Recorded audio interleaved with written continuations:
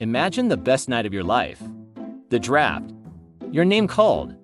A handshake with the commissioner, a jersey. A check for millions of dollars. Your mother crying. Everything you worked for since you were 9 years old, arriving, all at once, on national television. Now imagine that 20 years later, that same night is remembered by the entire basketball world as a mistake. Not your mistake, not one player's mistake, a collective verdict, a class-wide judgment, a phrase that follows you forever, the worst draft class ever. What does that do to a person? June 28, 2000, the theater at Madison Square Garden, the NBA draft. Kenyon Martin goes first overall to the New Jersey Nets.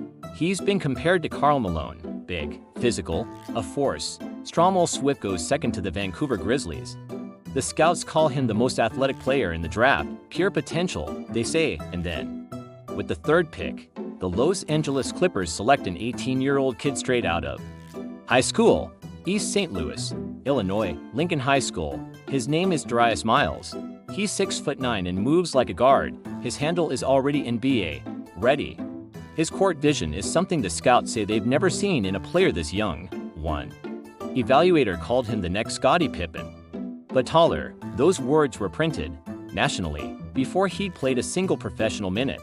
He's 18 years old. He has no idea what he's just been handed. The 2000 NBA draft would eventually be called, by ESPN, by The Athletic, by nearly every major basketball publication, the weakest draft of the modern era. No transcendent superstar, no franchise-defining selection, a class full of players who are supposed to reshape the league, and mostly didn't. But here's what that verdict doesn't ask.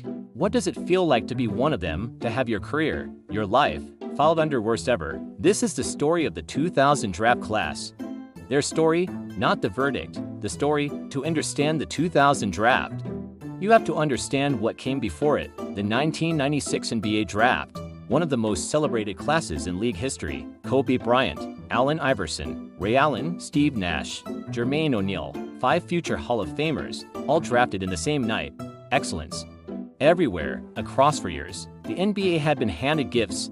By June 2000, expectations were operating at a frequency that had nothing to do with the actual players in the room, the scouts, the teams, the media. Everyone was calibrated for transcendence. Anything less would feel familiar. Darius Miles grew up in East St. Louis.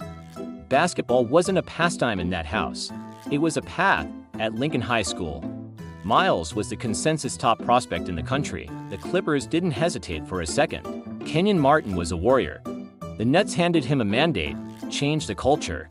Stromile Swift was a bet on the future. So here's the thing.